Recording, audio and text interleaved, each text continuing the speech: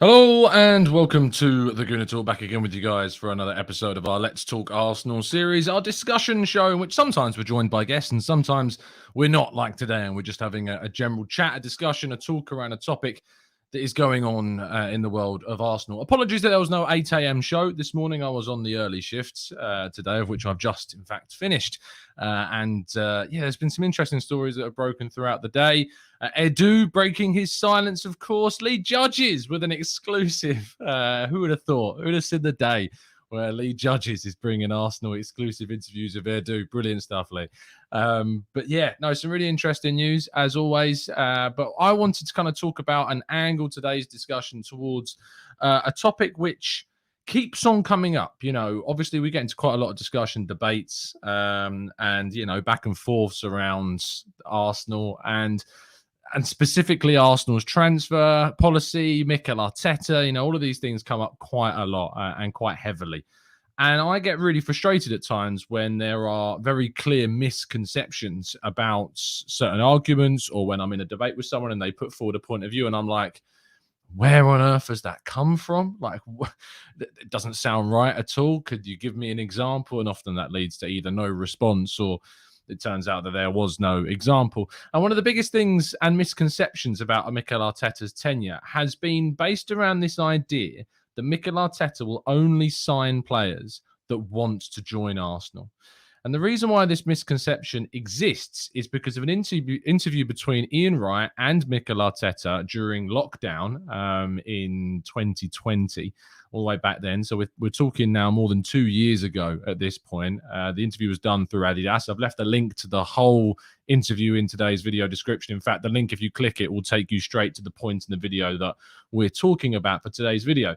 And in that interview, Arteta and Ian Wright talked about the idea of a player joining Arsenal and what needs to be done to convince them, and what happens if a player is not too keen, or if Arteta has to convince a player to join, and how he feels about that. And there's been such a clear misconception about this that I wanted to address in today's show. One, for the benefit of you guys, hopefully, if any of you believed in that misconception, that it's now cleared up. And secondly, whenever you're getting into a debate, or even if I'm getting into a debate about this and someone brings up the argument that Mikel Arteta will only sign players that want to join Arsenal, you can link back to this video as an example showing that that is not the case. But good evening, good afternoon, good morning, wherever you happen to be joining us from in the world today. Thank you so much to everyone that's joining us live. If you're watching this on catch up as well, all of you, please do leave a like on the video. It really does help the channel out. We hit 35,000 subscribers yesterday, which is an amazing achievement. I did say I was going to talk more about that in this morning show, but then there wasn't a morning show. Because, of course, I forgot that I was on the early shift today. So apologies for that. But, yeah, thank you for the massive support on the channel. As always, Amira says the title of this video sounds like a conspiracy theory video. This will appeal to Lev of the Arsenal Lounge. He does love a conspiracy theory, that man. So maybe he'll be into this video indeed. So let's talk about this video.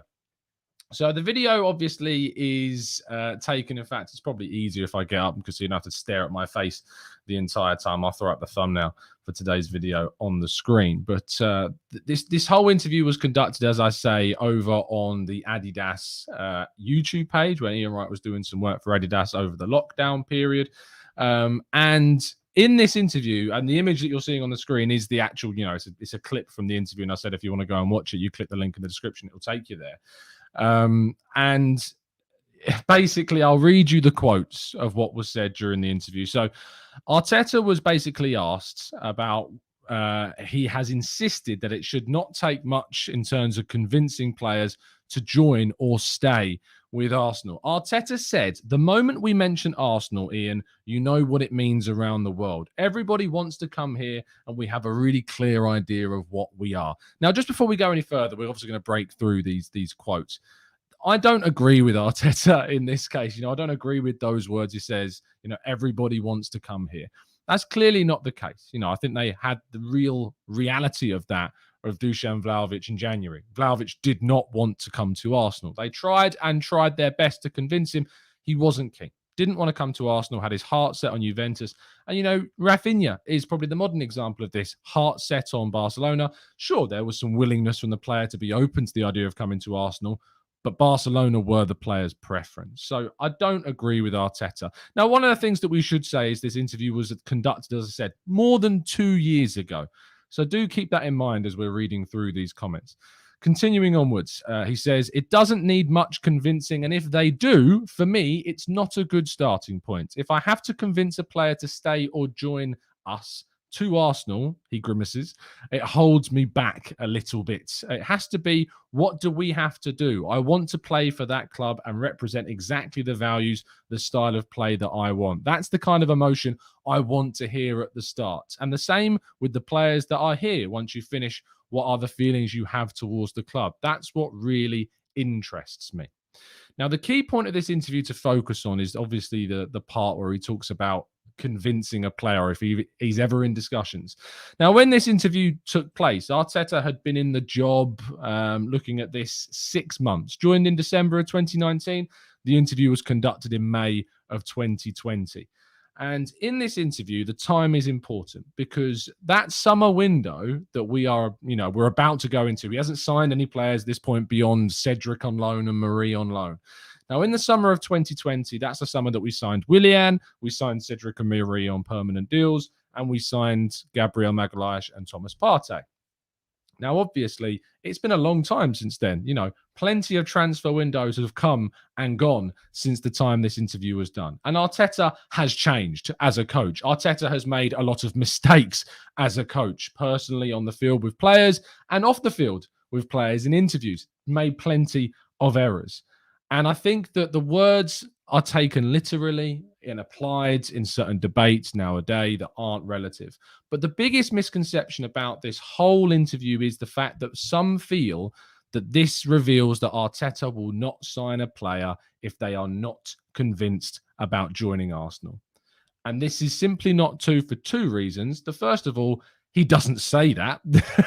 And second of all, there have been players that we have had to convince to join Arsenal. Gabriel Jesus, we convinced him to join Arsenal. He chose Arsenal over other teams. We've gone to players in the past windows and convinced them that Arsenal is the right place for them as well. And I see that going forward in this window, that we are going to have to do that with some other players that we want during the window as well. We're not always going to succeed. You're never going to be able to always convince every player that Arsenal is the right place, especially when you're not in the Champions League. Because if you're going up against a team like a Chelsea, like a Liverpool, like a City, like a Barcelona, a Real Madrid, a Juventus, a Bayern Munich, you're going to struggle because you're not in the Champions League at this point. And that's why if we get into the Champions League, it's going to be a big pulling and driving force for this club to still sign a level up or more players of that level up. Because you still can sign very good players outside the Champions League, but maybe nowhere near as many that you would be able to if you were in it compared to not being in it. So let's analyze the words that he says to make sure that we've got this right. He says, if I have to convince a player to stay or join us, it holds me back a little bit. That's not him saying, if I have to convince a player to stay or join us, I won't sign them. That's him saying it holds him back. It's a stumbling block. It's a bit of a red flag for him. He doesn't particularly like it. And that's fair enough. If I was at Arsenal and I was the technical director or the manager or whatever, and I knew I was having to convince players, and as an Arsenal fan of which, Arteta playing for the club, he's got that connection. He's not like an exterior head coach coming in with no prior connections whatsoever. He understands the club's values. He understands the affection for the club, and he has his own personal affection for the club. So if you're having to convince anyone that Arsenal is the right place for you, or to convince them to come to Arsenal over, another team, it's going to be difficult to get over that fact if a player's not sitting there. And I have to talk to fans a lot about this idea that the players aren't fans always. There are some cases where they are, and it's great when you have players like that. But players aren't fans. 99 times out of 100, the players that come to Arsenal and we sign aren't fans of Arsenal. They don't have that connection like we do with the club. And so you are going to have to convince players. And I think that's probably something that Arteta has learned over the time that he's been at the club, that he's had to learn how to convince players. There was some reports I saw this week coming out suggesting that Arteta's taken a much more active push in the summer window this year in trying to convince players to try and join. Edu had been a big part of that previously, but now Arteta is taking an even more active role in trying to convince players, and that obviously did help with the Gabriel Jesus signing. But it's just important for me, and I think for you guys listening, to understand that this interview that was taken or done 2 years ago, that interview that we took place 2 years ago, and you can see this video in the link in the description for those asking in the chat box. And the reason why I didn't do a show today this morning, as others are asking, because I was working, so apologies again for that. But the point is that he has never, ever, ever said that he will not sign a player if they aren't necessarily convinced by Arsenal straight away. That's never, ever been said by Mikel Arteta.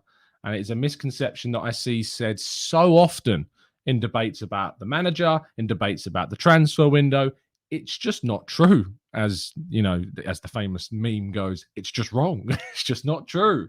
And I think it's really important to point this out and to go back and to check things. And when you're having debates, about Arsenal, about the manager, you've got to use facts, man. You've got to use facts if you're going to try and be really stringent about a point of view. And these are the types of things. Is twisting reality just doesn't work at all, especially when you actually use the real information as a board to kind of build from. It really doesn't. We're going to get some reaction from you guys in the chat box on this, because I'm curious as to your feelings on this topic.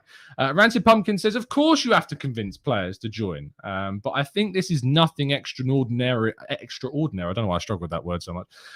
This is nothing extraordinary. Every club has to. Natty, is this all we're going to talk about today? We're going to have some more questions for you guys in the chat box as well. This is obviously the Let's Talk Arsenal show. If you've got questions, we'll be taking them very shortly indeed. Franklin Goodwin says Dennis Bergkamp was a Spurs fan and he joined us. I mean, we've had players that were Spurs. Sol Campbell is the big and the famous one, obviously, but you're going to sign players. Look how many Arsenal fans Spurs have signed. Basuma, who's the guy at right back, Serge Aurier, Matt Doherty, all Arsenal fans. Harry Kane, all Arsenal fans that have gone there. Convincing players to join a club is part of those processes. It's part of what makes a transfer window so special. Jean, thank you for the comments. It's big up, Tom. I have a lot of respect for what you do. I admit I'm baffled why this video now. Are you doing this to rebuff an argument or a trend on Twitter? Don't have Twitter, so I'm kind of confused. It's something that I've seen across comment sections in the videos on Twitter, other YouTube channels, and just kind of when I'm going on there and there's other kind of debates that go on. This is something that crops up in so many debates that I get into. And so, for my benefit and hopefully some of yours as well, it's a way to kind of vent. This channel is definitely something I use to vent sometimes, as you guys know, and this is definitely part of that. Paul says, Gabriel was convinced by the project and he wanted to work with Arteta. He's our biggest earner. He's different class, and so earning it. I don't want mercenaries who see us as just a meal ticket. I absolutely agree. Craig says, Gabriel Jesus is everything I want from the players wanting to join. He is an elite player, and we have been missing someone like him. Lee says, so that's his way of thinking from when he was a player. He appreciated being at Arsenal. And I think also that now, as I said before, when this interview was taken from 2 years ago and applied in 2022, it just doesn't work. He's a man who's been at the club now significantly longer than he had been during the time when he answered those questions. So if we're going to use words as fact, have you ever been, and I'm probably a lot of you are going to be able to empathize with this. Have you ever been in a Twitter argument where you're having a debate with someone and then someone brings up a tweet that you put out from like 2 years ago where you have a different point of view to what you had now? This happens to me a lot because, as you guys know, I change my mind on things. I have a different opinion from what I had last month, a year ago, 3 years ago. I feel like Twitter in some ways should delete tweets after every 6 months. Maybe even that's too long. I feel like having a record of everything you've ever said or everything you've ever had an opinion on in the past is just not a healthy way, because obviously as soon as someone can access that and someone can bring up something you've said from like a year ago and then apply that now to an argument about a topic you may have changed your mind about as some form of validation or vindication that you once held their same point of view, That's not an argument, you know? Like, that's just not an argument at all. If you're dragging up a tweet from 8 months ago in a discussion that you're having now about a point of view that they may no longer hold, that doesn't support your argument. All that does is kind of highlight the unwillingness to accept that opinions and minds change. As that famous quote goes, what's the point in having a mind if you aren't willing to change it? Yeah, Lee, if you can change your opinion, it's strength and growth. Knuckles says Twitter's toxic place where everyone just wants to prove they're right and not a good reflection of society. Look, Knuckles, I'm not going to sit here and pretend that I don't ever enjoy getting into a debate or getting into something where I stand very firmly on a point of view and I want to kind of show why my point of view and I feel that's the right point of view. But one of the things I've definitely learned from doing these shows and doing debates and having debates on Twitter is that you can't ever convince someone to change their mind. So if you're ever in a debate on Twitter, on Facebook, with family, with friends, and you're sitting there and you're piling all this evidence and all of these stats maybe back at someone, it's pretty pointless. And I've been so guilty of doing this in the past because you can never, ever convince someone to change their mind. The only thing that you can ever do is question someone into a position where they change their mind themselves, because I can't change someone's mind. Only they can choose to change their mind on a topic. I didn't particularly want to change my mind on Arteta after the Villarreal defeat when we got knocked out by Unai Emery. I didn't particularly want to change my mind on Arteta after we lost 5-0 to Manchester City. I wanted a change. And, you know, I put out shows during those periods of time where I thought Arteta should go. I think I used the title Arteta should go, or Arteta should be sacked, I think was the one I used after Villarreal. And, you know, when you've got a record of things you've said, it's even harder to change your view. It's even harder to change your mind on a topic because you've got this record, you've got this outlet, you've got this reference that people can draw up and go, hey, hold on. No. You said before, back then, that you didn't want Arteta, and now you're saying that you do want. How can you do? Well, I'll tell you why. It's because I changed my mind. It's because I changed my mind. So I'm sorry. I can only apologize that my mind changed, but it did. And I think that, Knuckles, is why all the while that, you know, it's a place to reflect, it's not a good reflection of society always. I suppose it actually probably is a good reflection of society. But the worst thing about social media and Twitter and even YouTube is the reference point that it gives in debates to bring up old stuff or old tweets, because it's just a reflection of a person that you no longer are. You know, it might be for some. You may be the same person you were a year ago, 5 years ago. And if you are, fair enough. But I'd like to think that most people aren't. I'd like to think that a year, even a week, maybe even a day changes you so that you sit on a different point of view to what you did back then. CM says Arteta really will be the next generation of the most successful managers, whether at Arsenal or not. I hope you're right. I hope you're right. I don't know if you are, but I hope you're right. Let's go to Snaggles. I hope that's right. And Snaggies, sorry. The I looks like an L on StreamYard. I don't know why, but it does, and it always messes me up. But Snaggies says, I also think online is a bit of an echo chamber in terms of negativity and toxicity. It's definitely not fully representative of what we see as a whole. Maybe your name's Liz. That's maybe why you've ended that. But thanks, Liz, if that is indeed the case. I think that this channel can become a bit of an echo chamber, and I'm really conscious of that. I get really conscious that TGT becomes a bit of an echo chamber, you know, and I think sometimes it can become a bit of a lightning rod for one side of an argument or another. I think it became quite a bit of a lightning rod for, you know, kind of the Arteta in side of things during the 2021 season, especially during kind of the really difficult times where we were languishing in the bottom half of the table. And so I'm really conscious about that, hence why I try and get other opinions on. And the thing is, you know, and I reference back to this show that I did quite a lot with Lev, and I talk about it a lot because it was a really good debate of two people that hold different points of view, and yet we were able to hold those different points of view and talk about them in discussion without losing our heads, without getting disrespectful, without, you know, getting offensive, because we're mates and we can do that. But at the same time, you know, some of the comments that were left after that video to both myself and Lev from both sides were from, you know, from Lev's point of view, it was some people like, Tom's talking trash, XYZ, or from the other point of view, is why have you got this guy on again? Why are you getting this person on? This opinion's not valid here. And it's like, for me, I struggle with that so much because I'm sitting there and I'm thinking, hold on, the reason why I've got these people on to have different points of view to me is so that we can discuss them. They might change my mind. I might change their mind. It might change your mind listening to it. When I talk to Brandon, whose channel's got, is it True Gunner TV? I really think it might be. I'm really sorry, Brandon, if I got that wrong. Brandon holds a very different, viewpoint to me, but I enjoy chatting with him because it encourages greater discussion, between two people. There's going to be an interview that's going to be coming out on the Arsenal Way. I had an interview with William Gallas, former Arsenal, Chelsea and Spurs defender. That should hopefully be going up on the Arsenal Way in the next couple of days. We need to finish off the editing of it. But I went into that interview just to give you kind of a brief glimpse behind the curtain. You can actually read the interview. It's out in written form over on my Twitter account at Tom Cantor Media.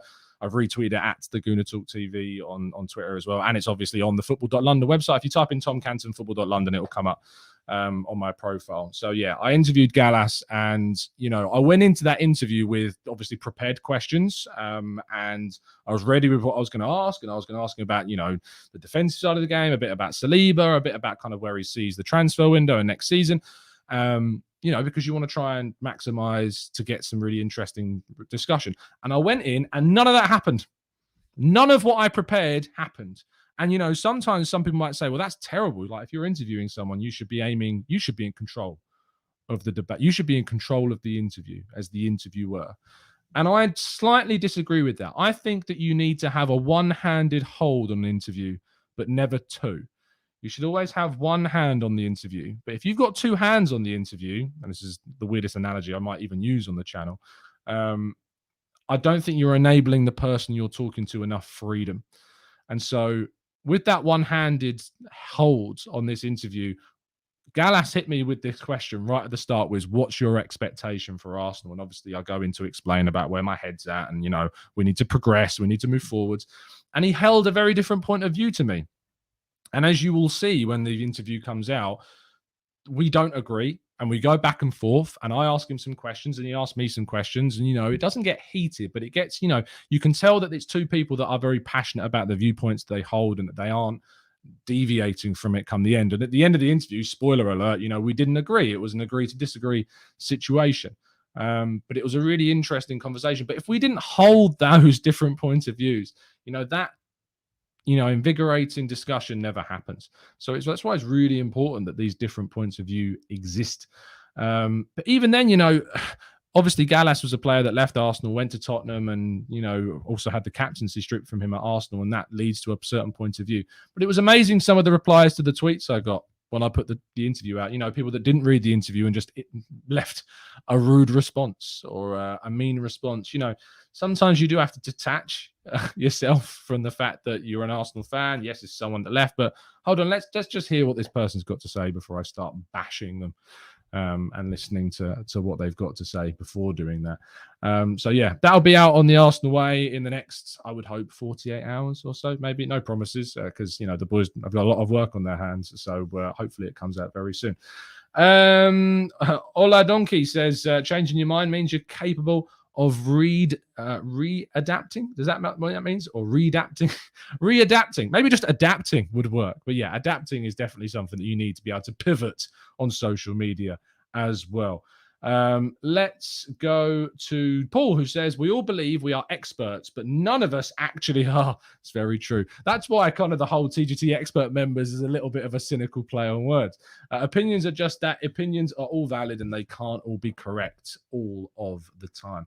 Ahud says, will the interview be in video and article format? Both. You can go and read the interview now and you'll be able to watch the interview very, very soon as well. So if you want a sneak peek of what was going down in the interview, you can already go and read it on the football.london website. If you want to watch it, you're going to have to wait a couple of days and it'll go up on the Arsenal Way website very soon. Conrad says, Tom, the stream with Lev was brilliant. It was great to see the opposing views discussed respectfully. Must say that I tend to side with Lev on the priorities, but keep up the good work. Food work. I mean, I love food work as well, but but good work, I assume, is what you mean. And that's absolutely fair. You were not alone. You know, a lot of people sided with Lev on that debate, which is fine. You know, it's all about opinions. If you're putting it across in a respectful way, that's fine. There's nothing wrong with that. If you've joined the show late and you're going, I joined this show to talk about Ian Wright and Mikel Arteta, what on earth is going on about? You probably want to rewind. We've gone off on quite a considerable tangent at this point. Let's go to Philip, who says people often forget that Arteta took a pay cut to come to Arsenal as a player, truly a rare breed. I mean, that doesn't really affect my view of what I think of him as a manager. I don't think it would do. As a person, sure, great. We'll wait and see. Ramsey says, I'm an expert. I know everything, even things I don't know. That's a point of view that's held by plenty of people on social media, Rancid. So again, you aren't certainly alone. I know that there's absolute satirical nature of that comment, but still, you're definitely not alone if that was indeed true. Let's go to Peter. Says, thanks to Arteta, for the first time in years, I actually believe we can get top four or win the Europa League, which, you know, in a broad spectrum, as an Arsenal fan, we don't want to be sitting here and going, for the first time in 4 years, I think Arsenal could finish in the top four. You know, when you say that out loud, it sounds such a sad and declined area of the world to be in as an Arsenal fan. And I think that's the reality of the situation that frustrates, rightly, so many supporters. But that is the reality. We've made mistake after mistake after mistake. Now, arguably appointing Arteta was a huge risk, and after 2 years, looked to be a bit of an error. Especially absolutely. After the space of, I would say, maybe not 2 years, but certainly about 14 months, 16 months, around that kind of figure, definitely looked to be a bit of a mistake. Thankfully, things have changed dramatically. But those 10 years, I'd say from 2009 all the way through to 2007, I would actually say, all the way through to 2019, we made so many mistakes. And even after Arteta's appointment, we've made mistakes. Willian, Runnison, Cedric, Pablo Marie, playing Xhaka at left back against Brighton, going to a back three of Holding, Chambers and Kolasinac at Manchester City. We've made mistakes, absolutely. And there are going to be times where everyone does. But the point is when you start making more positive choices and significantly more positive decisions than mistakes, then you start to move in the right direction. And that's where I sit right now, is I think that we are making more good choices than bad. And it's led to us turning things around, steering the ship back towards progression and moving upwards. And that's why I sit where I do on the club. Mrs. Stone has joined Steve outside to enjoy the sun. I told her you're streaming. She asked if I love you more than her. Do I tell the truth? Always tell the truth, Steve. Always. Otherwise, it will only bring you sadness. That said, telling her you love me more may also bring you sadness. So just be careful. P. Goddess says, not all opinions need to have an argument and not opinions matter. But as long as you can debate peacefully, people can improve in themselves. Paul says, I've been a critic of the club's recruitment, but this season and after last summer, I'm starting to see real ambition to bring in quality and players who can really make a difference. Edu, thumbs up. Fair play, Paul. You're not going to be, there are going to be people that disagree with that. But I personally like to think that we are moving in the right direction. And that interview that we started talking with the Today Show, from 2 years ago, where Arteta said that if he has to convince a player to join Arsenal, it doesn't fill him with hope, it doesn't fill him with encouragement. I think that Arteta now is very different. I don't think Arteta believes the words that he said 2 years ago. I'd be very interested to ask him, actually, if that was, if that ever happens, and could happen, could feasibly happen, who knows? I think it's definitely something that I would ask, is does he still feel that position, or does he think convincing a player who maybe is unsure of Arsenal is now part of the fabric of what being a manager is 2 years on from when he said that? It would be very interesting to hear his answer to that question. If there's anyone watching who is involved in the press conferences, of course, steal it, but byline me, please. Please byline me. I would really appreciate that. Omar says, Tom, I don't know why, but I am so excited for next season. Nothing beats the new season hype, in my opinion. Look, I'm excited too. I'm looking forward to seeing, obviously, what other players we bring in. I'm loving what we've seen from Gabriel Jesus in such a short space of time. We've barely seen anything, but he looks genuinely so exciting. And the reason why you have that excitement is because we're actually going in in a positive direction. You think about if we go into Arsenal and we go all transfers, I like to go onto this page on Transfermarkt, which tells me all the transfer that Arsenal has ever made. And if I go back to the summer of 2019, that's probably the last time I was genuinely really excited about a transfer window. We broke our transfer record and got Nicolas Pepe. We signed a really exciting young defender in William Saliba who never ended up playing until maybe this season. Kieran Tierney came in. Gabriel Martinelli, an unknown player, came in. And then we added a couple of randos like David Luiz. Even the loan signing of Dani Ceballos excited me because I liked what I saw of him at Real Betis, and he hadn't really got a chance at Real Madrid. And, it was him in the midfield with Xhaka that eventually took us to an FA Cup. So it wasn't all bad from him. But Nicolas Pepe and Tierney, that window in 1920 was probably was probably the first time in so many years I was really excited. But since then, Gabriel and Partey, what a summer to see two players come in. Arsenal have been crying out for a centre-back and a centre midfielder for so long, and we went and got two great ones. And then we moved forward to 2021, and we signed 6 players for more money than we've ever spent that led us to a top 4 challenge that hardly anyone was saying Arsenal would be involved in, with the youngest average team in the league.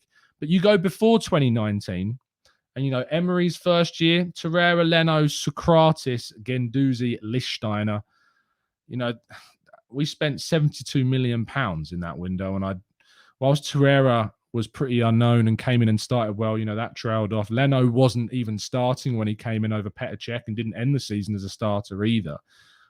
Socrates didn't improve on the defence at all. 17-18, I know Alexandre Lacazette came in. That was pretty exciting. But that's all we did, as well as Sead Kolasinac. We signed Lacazette and Kolasinac, and that was it. Mavropanos came in, of course, but he never played. And then in January, we brought in Aubameyang and Mkhitaryan, and we let go of Alexis. There was a front line with Mkhitaryan and Lacazette, and I'm trying to think if Theo Walcott left that season. So who was playing on the right-hand side? Because it wouldn't have been Saka.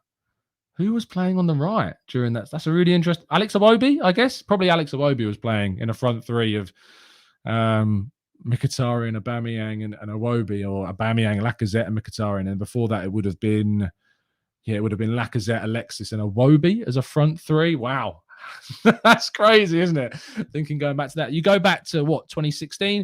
Xhaka Mustafi. The Xhaka Mustafi summer with Lucas Perez, a sprinkling. A little salt bay of Lucas Perez in there. Takuma Asano, Rob Holding. And you go back again to 15-16, the infamous 15-16 summer window where we only signed Petr Cech and finished second behind Leicester City. Wow. That shows you kind of how far we've come, in terms of transfer windows. Then 14-15, Alexis Sanchez, brilliant. But, beyond that, it was Danny Welbeck, which, I like Danny, but it's never a player that's going to take us to the next level. Callum Chambers, who I don't think ever fulfilled £18 million worth of investment, 18.21 according to Transfermarkt. Gabriel Paulista, never progressed the centre-back position. Matteo Debuchy disappeared into injuriness. And Christian Bielik and David Ospina. 2013, Mesut Ozil, of course, but that was it. That was our summer. 2013-14 was Mesut Ozil with Yaya Sanogo, Matthew Flamini, Emiliano Viviano on loan, and Kim Kallström came in January. 2012-13, this was actually a window I was a little bit excited about. It was ruined by the fact that Robin van Persie left, of course. But, Santi Cazorla, Lucas Podolski, Olivier Giroud joined. Santi Cazorla I was really excited about, and he proved exactly why. And Podolski kind of excited me as well because he was a bit of a cult hero and, had a lot of promise and went to Bayern, didn't really work out. And when we signed him from Cologne, I thought he had a lot more to give. But losing Robin van Persie was a big, big miss. But can you see, the difference between then and now? The difference between what we're doing? Gabriel Jesus coming in, signing Fabio Vieira out of nowhere, and we don't know what the rest of the transfer window holds. Last summer, we spent 150 million, more than we've ever spent. In 2 summers, we've added 2 new centre-backs in Wright and Gabriel. If you go back a season before Gabriel, that's the summer that we also signed Saliba. So, you can arguably say we brought in those 3 centre-backs in those 3 summers. that have now become the core of what is a much stronger defence that's kept more clean sheets last season than we have done in the last 4 years. So I'm starting to see that. And I think it's clear when you have that, as Omar said in the chat box, history lesson on TGT, when you go back through the summers, you start to see the change in what we're doing. You start to see the change in the players we're targeting, and you start to see the ambition that we're trying to push towards. And if we come back full circle to the start of this video, and we started talking about the players that we have to convince to join to come Arsenal, I use this example a lot. And for those that are bored of it, sorry, I'm going to use it again. But how long have we moaned about going for players that no one else is in for? Your Lacazettes, your Aubameyangs, your Ozils, players that no one else was in for when we signed them. And that's how we got them, supposedly, because no one else wanted them. Now, we're signing players that people want. Now, we're missing out on players because other teams want them. It sucks when that happens, but it is a part of going for players that other teams also want to go and get. It's just part and parcel of it. But it does mean that you can pull off some brilliant signings like Jesus amongst some disappointments. And that's what I'm happy. And that's why we attacked the window early. That's why we did our business in June, so that we could spend July hopefully getting targets. But if we can't, it gives us time to hopefully do what we need to do. Don't get me wrong. In August, if we've not done anything else, I'll be criticizing the fact that we've not got that business done, that we've not pivoted efficiently enough, that we've not gone after the alternatives well enough, or that we didn't plan well enough. That's the time to be critical. But at the moment, we've got time. And I'm willing to be that patient person until August, when will be the time for criticism should it be had. Right now, I'm excited. Right now, I like what we're doing. Right now, I'm hopeful. I'm optimistic. Surprise, surprise, about what we're doing. I know I've ignored the chat box for a few minutes, so let's jump back into it. RD says, why are we unable to attract so many players of late? Rafinha, it points towards what I just said. The reason why we can't attract players like Vlahovic, Rafinha, Locatelli, Alessandro Martinez is because we're going for players that other big teams want. You can't always win the race for these players. You can't always get these players. Look at Spurs, right? Spurs have gone into the Champions League this season. They've got Antonio Conte as their manager, and they're having a summer window that they could have had if they'd have qualified for the Conference League. Let's be real. They could have signed the players that they've signed if they'd have qualified for the Conference League. Because your pulling power when you're going into the market is relative compared to the other teams that are chasing the targets and the players that you want. Arsenal are a bigger club than Spurs, hence why we got Gabriel Jesus and you didn't. So it doesn't matter if you have Champions League football. It doesn't matter if you've got Antonio Conte. Arsenal are able to get hold of big players, but if we're competing with the Juventuses, with the Bayern Munichs, with the Chelseas, with the Real Madrids, with the Barcelonas, it's still going to be a struggle for Arsenal, especially while they're outside of the Champions League. And we have got to try our best to sign players that can go to those teams. And certainly Jesus could have done. But it does mean, as you say, RD, that we are going to miss out on some. We are going to see players linked to Arsenal that aren't going to be joining because they're going to go to other teams like Barcelona or Juventus, as in the case of Vlahovic or Locatelli. Man United's a bit of a painful one with Martinez, to be honest. I think the Erik ten Hag is a defining factor in that. And of course, I imagine that Man United will be offering silly wages as well. So there you go. Let's go to Mikey, who says, Tom, are you smelling a new signing coming next week? Because I am. I hope so. I hope that you're smelling a new signing. I hope that we can get in more signings. Equally Different says, a Torreira remontada. Yeah, very interesting news. Torreira's agent came out and said that he will be involved in the Arsenal US pre-season tour. That's going to be intriguing. We'll obviously keep you up to date. We'll discuss that a little bit more on tomorrow morning's 8 a.m. show. So if you want to get more information or reaction to that, we will discuss it on tomorrow morning's 8 a.m. show as well.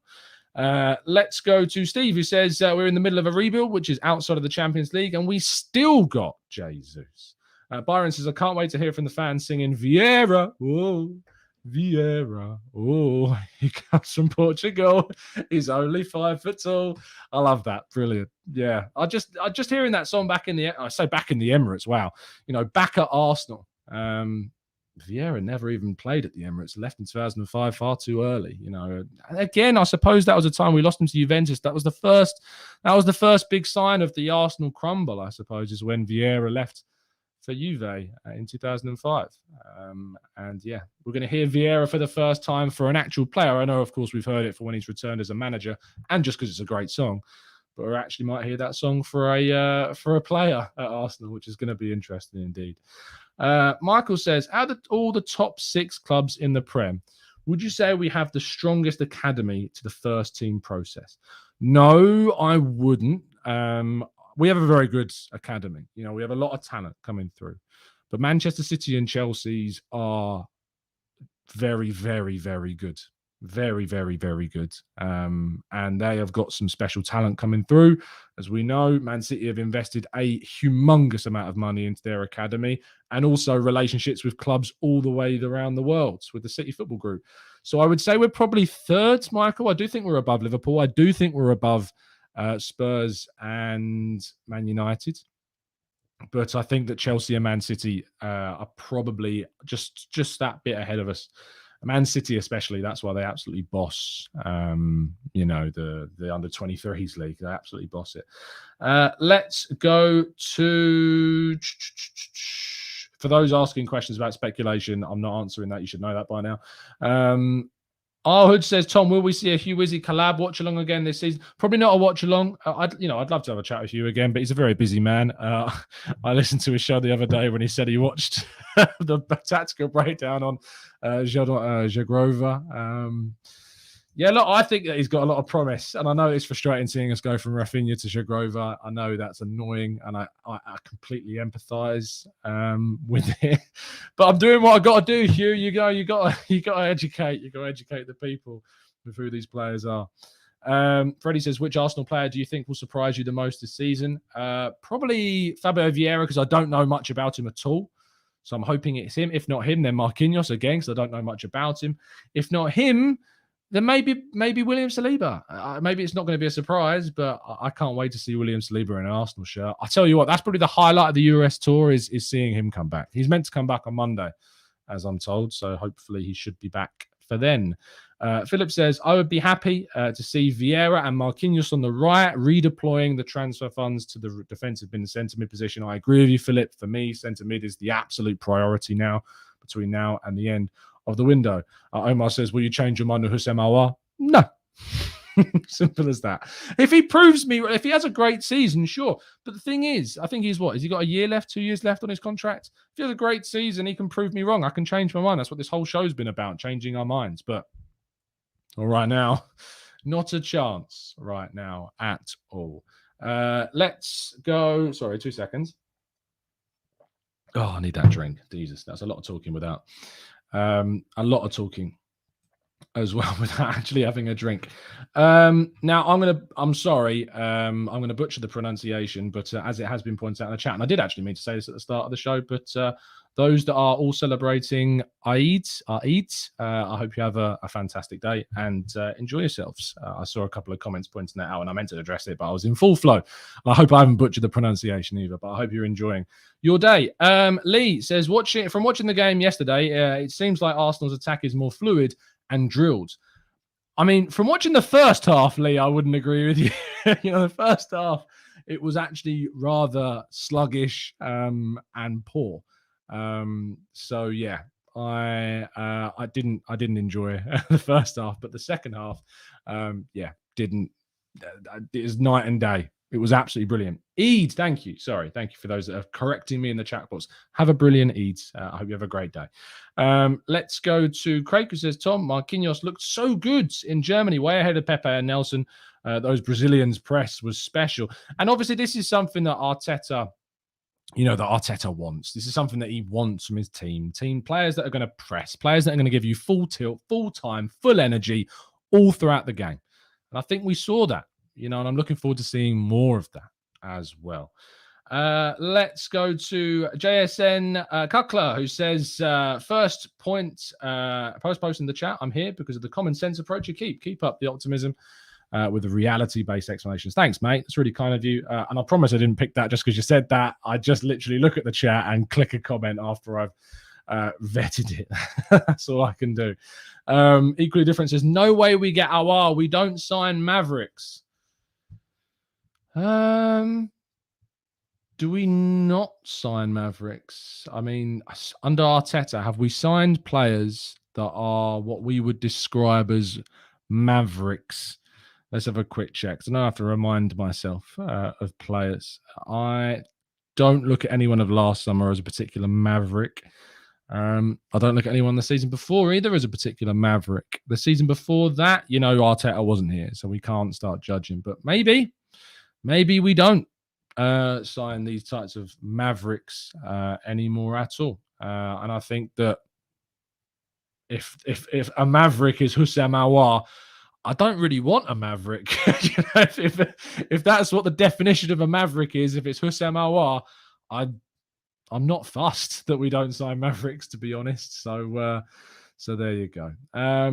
Who is your preferred player to replace Marie? Because Marie reminds me of Mustafi, says Fala. My preferred choice to replace Marie would be Lisandro Martinez. I think having now watched so much of him in the last few weeks that we've been linked to him, I have been very much attached to seeing what he's capable of. The other one, as Bailey will tell you about, is Evan Ndika at Frankfurt. You know, he's a very, very good option. Pau Torres at Villarreal is another potential option as well. So there's 3 names for you. I hope they're good enough. I hope they're good enough for you. Let's go to Super Wales. Says, Tom, what do you think of João Pedro from Watford? Don't know enough about him. Didn't obviously help Watford stay up, but I don't think that's fair to put it all on him. But I think we probably need to be targeting someone of a higher level than João Pedro. Let's go to RD. It says 3 youngsters you are looking forward to next in pre-season, excluding Marquinhos and Patino. Youngsters, I really like the look of Raul Walters, but I don't think he'll play. I don't think he'll go on the US tour. I might be wrong. He may have earned himself a spot, but I thought he was great. I really liked seeing that. The other one is Lino Souza. I hope Lino Souza gets an opportunity to go on the US tour. He was with the guys in the training camp. So he's an exciting one at left back that you should definitely be aware of. The obvious ones are Amari Hutchinson, Kido Taylor-Hart if he goes, and Salah Uladum Hans, really interesting player as well in midfield. So lots. Zander, no, not Zagadou, not at left centre back. There's a reason why he's going on a free. We shouldn't be going for someone like him. I'm afraid, just not the one. I'm probably going to wrap things up there because the problem with doing these shows at the moment is I can't put the fan on because you can hear it, and it does mean that this room heats up ridiculously, and you could probably see the humidity affecting my hair already, to be fair. But thank you so much for listening. It's been a really interesting show. I hope that it's been interesting for you to listen to. We started off talking obviously about the main topic, which was that interview back in 2020 that has now obviously been taken very out of context all the way through to 2022. But I hope that made a lot of sense. I hope you've enjoyed it, and yeah, drop a like on the video. Have a great Eid if you're celebrating, and as always, up the Arsenal.